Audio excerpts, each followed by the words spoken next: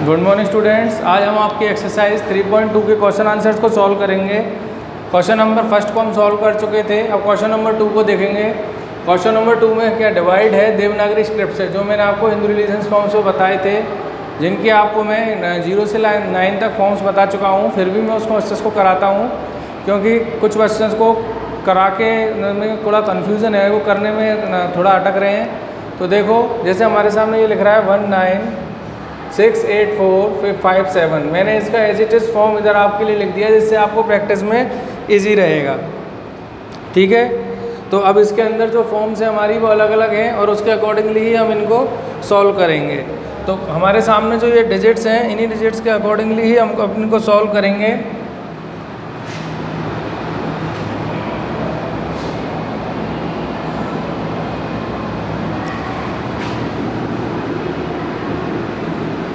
ठीक है, तो अब देखो ये 19684557 एंड 114114। तो 19 की टेबल में 68 तो आता नहीं है, तो 19 3 जा 57। ठीक है, एज इस फॉर्म को ले लिया, सब्ट्रैक्ट किया। 8 में से 7 गए 1, 6 में से 5 गए 1 और ऊपर से हमारे पास 4 आ गया। तो 19 6 जा 114। ठीक है, इसी तरीके से सेकंड क्वेश्चन है जिसमें 25 का डिवाइड हमें 725 में देना है। तो 25 2 जा हो जाएगा 50 और 2 में 0 2 एंड 7 5 2 और रिमेनिंग 5 हमारे पास नीचे आ गया। तो 25 9 जा कितने हो जाएंगे 2 2 5। ठीक है, अब इसी तरीके से थर्ड क्वेश्चन देखो। थर्ड क्वेश्चन के अंदर 33 858 का उसमें फॉर्म में देना है। तो 33 2 जा हो जाएगा 66 और 33 3 जा हो जाएगा 99। तो इसलिए 2 जा लेंगे 66 एंड इसको सब्ट्रैक्ट करेंगे। 8 में 5 में से नहीं जाएगा तो 15 में 6 गए 9 और 7 में 6 गए 1 और रिमेनिंग 8 हमारे पास आ गया। तो 33 6 जा 198। तो इस तरीके से 3 क्वेश्चंस आपके कंप्लीट होते हैं। आपको इनको दोनों मेथड से करके देखना। इट मीन्स आप उसको एक देवनागरी स्टेप में देखना और उसके बाद उसे मैथमेटिक्स में करके देखना और अपने नंबर्स को मैच करके देखना। कुछ वर्ड नंबर्स ऐसे हैं जिन्हें 2 या 3 टाइप से बनाया जा सकता है, जो आपकी बुक में अलग हैं या मैंने कुछ अलग फॉर्म्स में दिए हैं, तो उसके अकॉर्डिंगली आप उनको सॉल्व करना।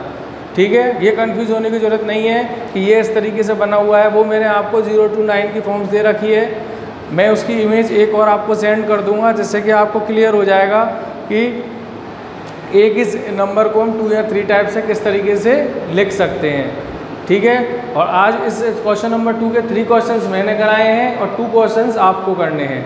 ठीक है, और इसके बाद एक वर्ड प्रॉब्लम सॉल्व करते हैं आज हम लोग। इसमें तो किसी को प्रॉब्लम नहीं होगी, फिर भी प्रॉब्लम आए तो मुझे कॉल करके आप पूछ सकते हैं।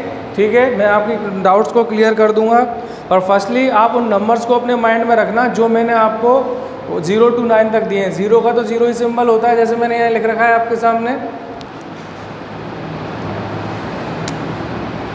0 का तो 0 ही सिंबल होता है। केवल 1 से लेके 9 तक के अलग अलग फॉर्म्स में सिंबल हैं जिन्हें आपको उसको रीड करना है और उन्हें उसके अकॉर्डिंगली इन क्वेश्चंस को सॉल्व करना है। ठीक है, अब इसके बाद बात आती है क्वेश्चन नंबर 3 की, यानी कि अब हमारे इसके स्टार्ट हो जाते हैं डिवाइड के वर्ड प्रॉब्लम्स। तो हमारा क्वेश्चन है छाया बॉट 20 कॉपीज़ फॉर 360 रुपीज़। ठीक है, तो what is the price of single copy. तो इसके लिए हमें ये ध्यान रखना होता है कि जब हम एक फॉर्म को याद रखेंगे कैसे कि 1 to many,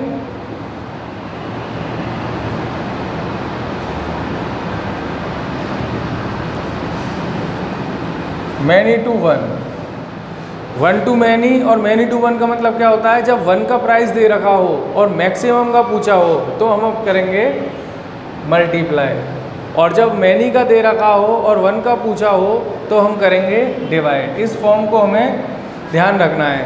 इस फॉर्म को ध्यान रखकर ही हम क्वेश्चन को सॉल्व कर सकते हैं। अगर इस फॉर्म को हम ध्यान में रखेंगे तो क्या हमें ये पता रहेगा कि कितने का प्राइस दे रखा है और कितने का नहीं, 1 का है कि मैनी का, यानी कि किसी एक चीज़ का प्राइस दे रखा हो।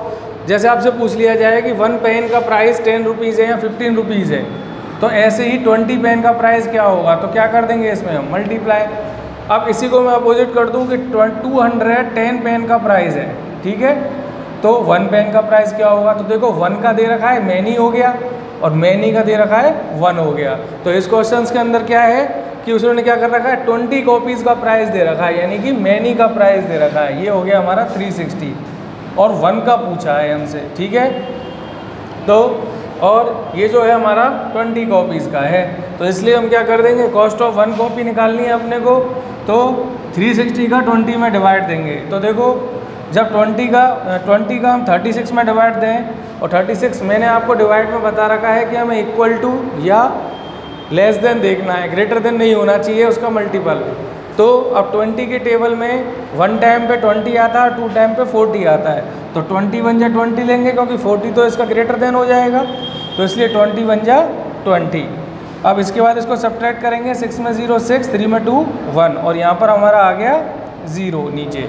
अब हमारी डिजिट बन गई 160, तो हमारा क्वेश्चन कंप्लीट हो गया। 2 8 जा 16 यानी 28 जा 160।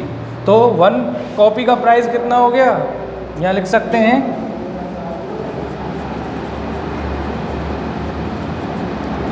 18, ठीक है। यानी कि जो वो 20 कॉपीज़ लाया, अगर वो ऐसी 1 कॉपी लाता तो उसका प्राइस कितना रहता, 18। तो आज इसी तरीके से आपको अपनी बुक में से, अब इसके अंदर अभी तो 8th क्वेश्चन है, पर मैंने 3rd क्वेश्चन कराया है। अब आपको 4 5 क्वेश्चन करने हैं, फिर 3 क्वेश्चंस को हम कल देखेंगे, ठीक है। यानी कि क्वेश्चन नंबर 4 5, यानी क्वेश्चन नंबर 2 का भी 4 5 और क्वेश्चन नंबर 4 5, ये दोनों आपको सॉल्व करने हैं। और इन तीनों क्वेश्चंस को आप अपनी नोटबुक को नोट कर लेना, और इसके जो 2 पार्ट हैं वो आप सॉल्व करके मुझे 5 पार्ट्स और ये 3 एंड 4 5, यानी कि आपको कितने क्वेश्चन सबमिट करने हैं, 3 और 2 5 और 3 8 क्वेश्चंस मुझे अपने वर्क में सबमिट करने हैं। अगर किसी को इन टॉपिक्स के अंदर कोई डाउट हो तो मेरे से पूछ सकते हैं। Okay, thank you.